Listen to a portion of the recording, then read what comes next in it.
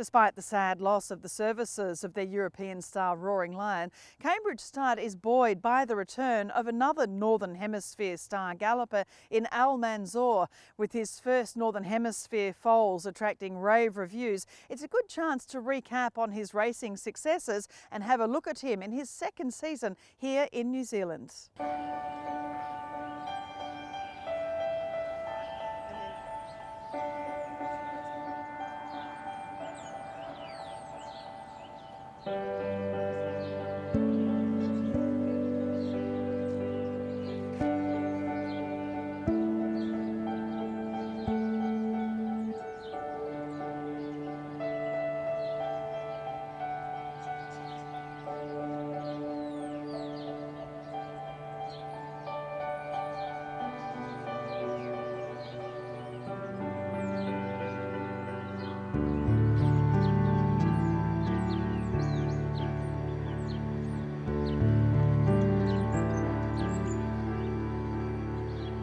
Of course, we all sympathise with everybody here at Cambridge Stud about not being able to stand Roaring Lion. We've heard from David Redvers, obviously, that the health of the horse is so important, but you've put so much in, it is so disappointing.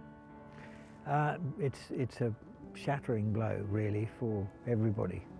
We've put huge amount of time and effort into the horse, and I think there's what tends to get overlooked in this. Everyone thinks of the commercial consideration and the value of the horse, and that's lost. And all of those things, but there's a huge emotional toll as well.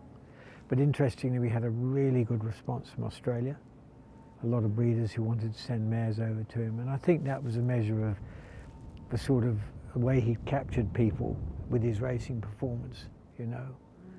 So yeah, there's a huge sense of loss for us, which we're working for the sort of people who are good at dusting themselves off and getting on with it. But I know that Brendan feels it very, very much, and so does Joe. And it's tough for them. Obviously, the mares, you know, you're spreading amongst some of your stallions, and Almanzor has absorbed some of those mares. But it's really great to see him here. He's just a beautiful-natured son of Ifraj's son, Wotton Bassett, from a fabulous Aga Khan family, and he's obviously been supported very well over the couple of years he's been coming to Cambridge. Yeah, and he was a slow burn at the start. Scott Calder, who we'd literally just employed at the time, he'd been at Coolmore in America for 6 years. We were thinking about a stallion for last year, and he said, have you thought about this horse, Almanzor? And I looked at his pedigree, and I think like a lot of other people, I looked at it and I thought that could be a hard sell here. But then the closer you looked at it, you had a champion 2-year-old as a sire, Wotton Bassett. Now, okay, he might not have trained on, but he was a champion 2-year-old. And he was by Ifraj, he hasn't always been dead sexy, Ifraj, but he's had a lot of Group 1 winners now across the globe. So he's done very well. And then you've got that amazing family of the Agas on the bottom line there. But really what gets Almanzor, what gets people's juices flowing with him, he is such a good type. I remember being at Ettraham that morning we saw the horse, I could barely contain myself. I said to Marcus Corbin, we've got to have this. We have got to have this. And, you know, that's really, we took it from there. And he hadn't really let down then, Caroline. It was his first season. But by the time he got to us, he looked magnificent. And being able to show him to breeders in Australia this time last year, everyone who saw him loved him. And we picked up another half a dozen shareholders just because of the way the horse looked. The Aga Khan, that D family, you know, he names them all with different alphabetical sort of letters, but the family of champion filly Dargina, Daria Khanna won a Hong Kong Vase, and all the good ones that start with D are in his family too. But he won 3 in a row as a 2-year-old, as you said. And then at his second start, he won a Group 3 at Chantilly over 1,800 metres. Third up, he won the French Derby. You know, I mean, that was a really strong win. He beat Zarkava's son Zarak, who went on to become a Group 1 winner. So that is fabulous, you know, so early in his 3-year-old season. Well, it was good form, and it ultimately turned out to be almost elite form, you know, sort of once in 10 years cycle. He ended up with a rating of 133 that year, which was the highest rated 3-year-old in the world that year. And, you know, that's pretty much a testament to the horses he beat. Probably he didn't earn that rating until he started racing in open company, Irish Champion Stakes, English Champion Stakes, But what was important about those two races in Ireland and England, it was the horses he beat. Almanzor wins for Christoph Simeon, beats Found, and then came Minding. The fact that he beat 7 Group 1 winners in Ireland and he beat 5 Group 1 winners in England, and one of them was Minding, who won 7 Group 1s in her career. Found, who was the Mare of the Year that year and won the Arc de Triomphe 3 weeks later. So he was very good, and he could sit out the back, and he had that turn of foot, and it's an absolute must in any stallion. You hear studmasters talking about it until they're blue in the face. Turn of foot, turn of foot.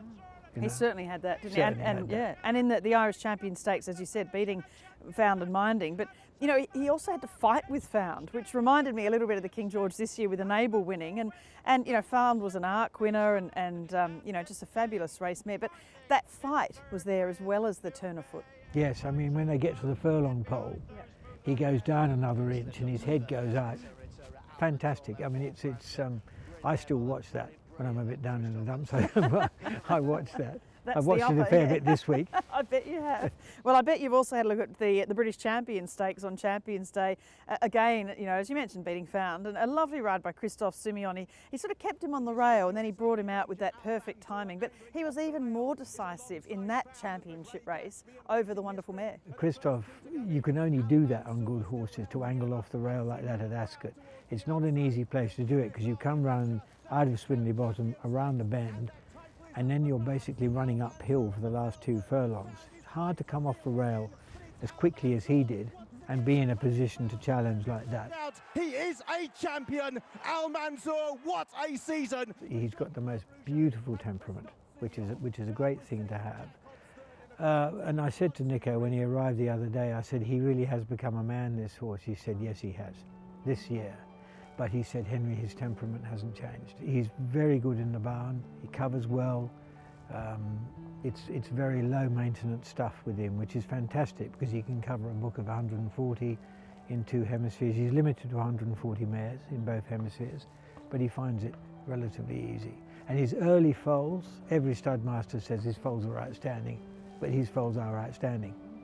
We've got good pictures of them and we've sent them around to all our shareholders, everyone who took a nom last year. He's pretty exciting.